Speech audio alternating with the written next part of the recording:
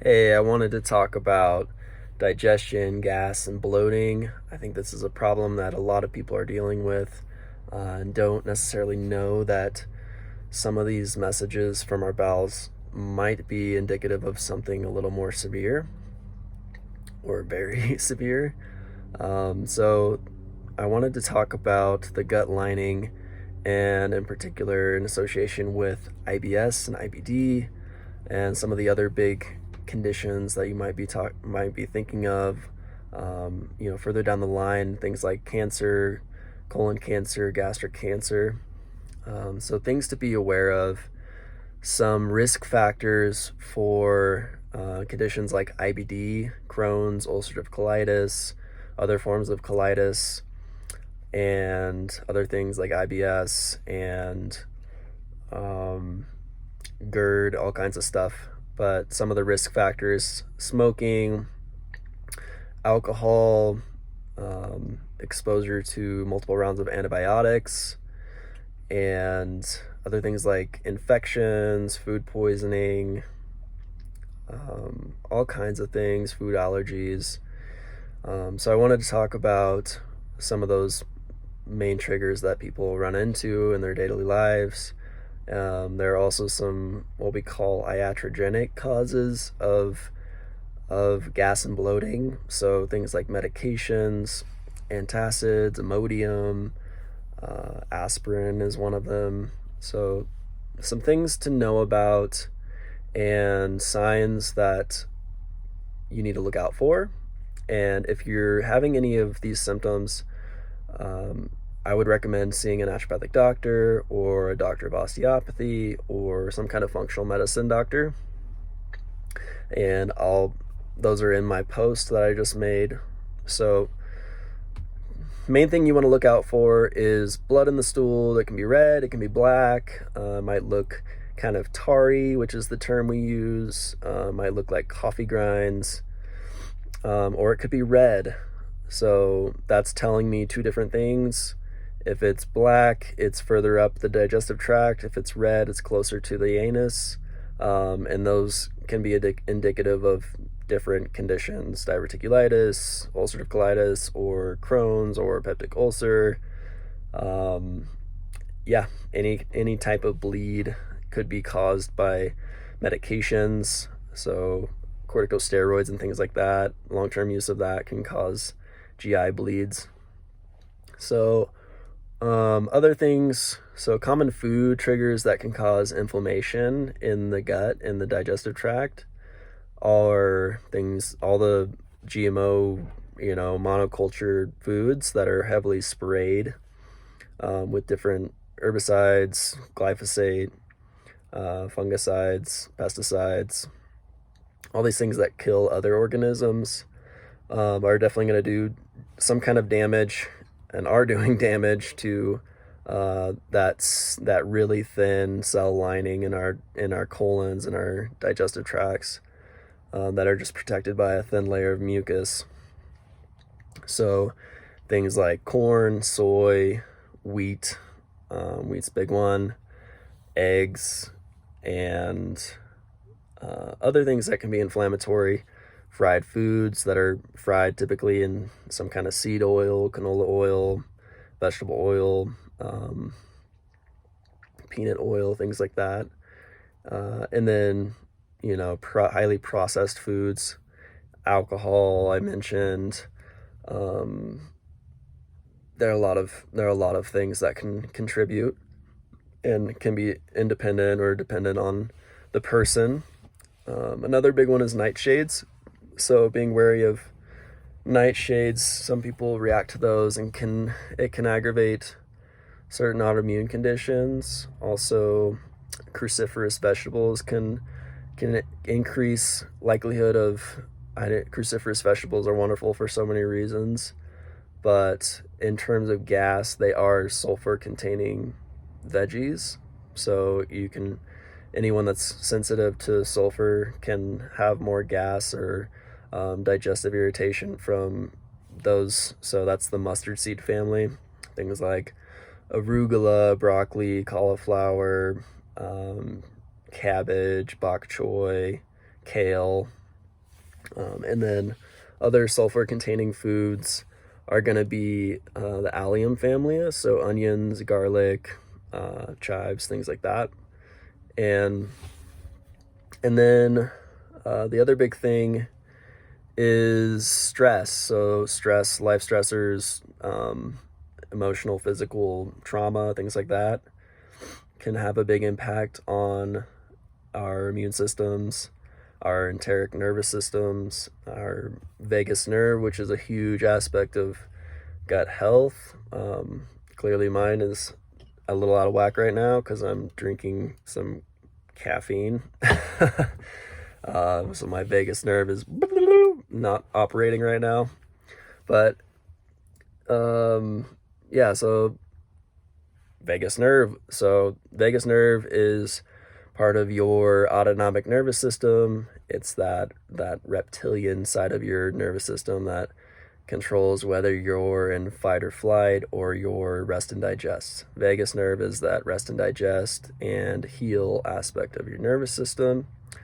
So things that help stimulate that: bitter herbs, if you've ever had bitters with food, so you can also get it through foods like dandelion greens, all kinds of things. That you can also just take bitters like from a cocktail bar or something like that. Those are the same things. Those help stimulate the vagus nerve and help support digestive secretions. And then other things like I think doing like singing and using your diaphragm helps stimulate the vagus nerve. And then doing this horse lip thing where you're doing things like that apparently stimulates the vagus nerve. Meditation, diaphragmatic breathing, doing anything that's relaxing, calming to the mind and body is going to help stimulate that vagus nerve. And the important part of that is, one, to help support proper digestion. And as we age, our digestive processes just decline in general. So we stop producing as much hydrochloric acid, stop making as much intrinsic factor. So these things are why older people have a little bit more difficult time maintaining B12 and folate and other B vitamin statuses. And those are crucial for methylation, for protecting DNA, for protecting all kinds of cellular metabolism, and basically protection from cancers and things like that. They also help support our glutathione levels, and glutathione is a big topic. It's why those cruciferous vegetables are so awesome, because they're sulfur containing, and help support replenishment of our glutathione, which is how we basically methylate and protect our cells. It's our most potent endogenous antioxidant. So when you're sick, that gets depleted. So supporting glutathione levels when you're sick with foods like cruciferous veggies and alliums are awesome if you're not sensitive to sulfur. And then taking things like N-acetylcysteine, supporting yourself with B vitamins, B complex, and just resting are going to be essential for those kind of situations. And then back to gut health, things like IBS and IBD, slightly different. So IBD is the inflammatory bowel diseases, and those are going to be more chronic, kind of inflammatory, caused by long-term or just genetic factors, or a lot of it's associated with what I mentioned before, some of those big risk factors like smoking and exposure to pesticides or herbicides, things like that, and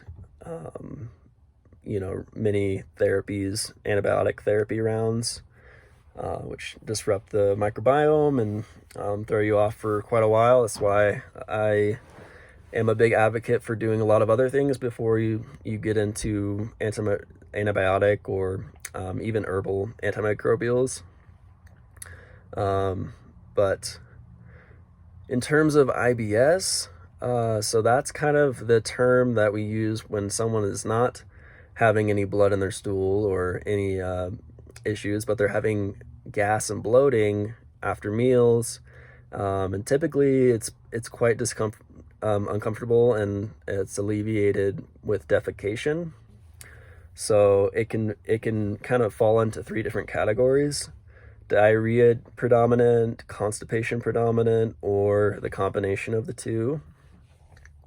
And it's typically mediated by still some inflammation or some kind of food allergies, and can also be instigated or kind of fall into the SIBO realm, which is small intestinal bacterial overgrowth, which is not exactly accurate. There are other microbes that can get involved in SIBO, so fungi, archaea, and then whatever other microbes that might be in there, pathogenic or commensal.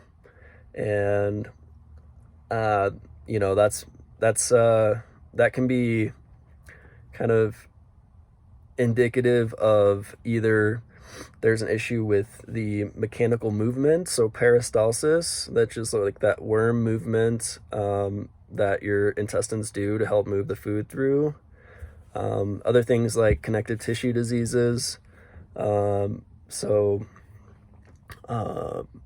scleroderma, EDS, so Ehlers-Danlos syndrome, all these things that kind of are indicated or they have pathognomonic features of weak connective tissue or loose connective tissue, and that can contribute to stiff or decreased motility in the gut and the intestines. So that's another factor that I look into sometimes. Most recently, I had a patient that had mentioned some blood in the stool, and I did a fecal occult blood test, so just checking for blood, and then it ended up being positive. So I went through with a inflammatory bowel panel, and I also did some celiac testing. So those are the other conditions that you want to look into: Crohn's, ulcerative colitis, and then the celiac disease. And then other things that can cause blood: diverticulitis or diverticulosis, which would be very painful and there'd be quite a bit of blood. So other things, you just want to rule those out and then move on. And then you could also look at stool testing, looking at different microbes, looking at you could even look at environmental toxins in the stool that they might be exposed to. You can look at heavy metals, urinary heavy metals, different functional blood tests that could be causing inflammation or issues with the gut immune system. So when I talk about gut immune system, there's kind of the innate and then the adaptive immune systems that happen in there. So there's like the first phase of soldiers that come through, kind of the army, and then think of the Navy as the army is the complement, and that's where macrophages and all kinds of stuff come in. And then the the adaptive immune system is when B cells and T cells and your lymph nodes and all, that's where all those immune cells come from. So those get activated, and that's you might be familiar with those based on vaccines. So vaccines rely on your B memory cells to basically keep record of whatever pathogens you're exposed to in your environment. So that's what vaccines create, is B memory cells, and then those stimulate T cells, which are T cells, natural killer cells, and other things that attack viruses and attack cancer cells, things like that. So in these inflammatory bowel conditions, you can have heightened immune responses where you're having a lot of cytokines and inflammatory molecules, markers that are coming into the gut lining and opening up the junctions between cells. So anything you're eating or drinking can heighten that immune response even more, because when these gaps open up, more proteins and different molecules can sneak through, and your immune system reacts to those like they're antigens, which is what, you might be familiar with that with the COVID vaccine. So their antigens are just foreign proteins that your immune system recognizes as foreign, but you don't want your immune system to recognize food as foreign, because that's going to lead to all kinds of food allergies, and be that like IgG or IgA or IgE related. It can trigger things like histamine responses, which just increase inflammation out the wazoo. And then, you end up with other possibly autoimmune conditions. You can have more gas, more bloating, more discomfort. You can end up with constipation. You can end up with diarrhea. You can end up with more infections. And then long term down the line, you might end up with things like cancer, some kind of cancer. So leaving these things kind of unchecked for a long period of time can lead to other more chronic, more serious conditions. And the issue that I'm trying to solve here is these are preventable things if you can find them quicker and figure out how to notice those messages from your body, from your bowels. Basically the big epidemic here is most things are distracting us from what's actually important and what messages are important. There's so much stimulation everywhere, so it's hard to know what's actually harmful. And we're also just so used to having gas, and it's been so normalized, and diarrhea and all of that, and the only people that talk about it are doctors, if that. So I'm trying to help prevent some of those chronic things, cancers, infections, autoimmunity, things that can also lead to mental health issues, depression, anxiety. So we're all, we're affected by many different things, and that's why I love naturopathic medicine, is because I get to look at all of those things and put them all together, and we're just one big spider web of or bucket, as we like to talk about in environmental medicine terms. We accumulate waste and toxins and stress and infections and all kinds of things throughout our life. So my job is to help slow that process and help prevent and lower inflammation, because inflammation is the root of all disease. So I can offer a lot of different tools that are at your disposal that you might have in your kitchen already, in your house. But I really, that takes a long time to kind of dive into, and I'm going to save that for my patients. But I'm wishing you all luck, and I hope this was helpful information, and let me know if you have any questions. All right.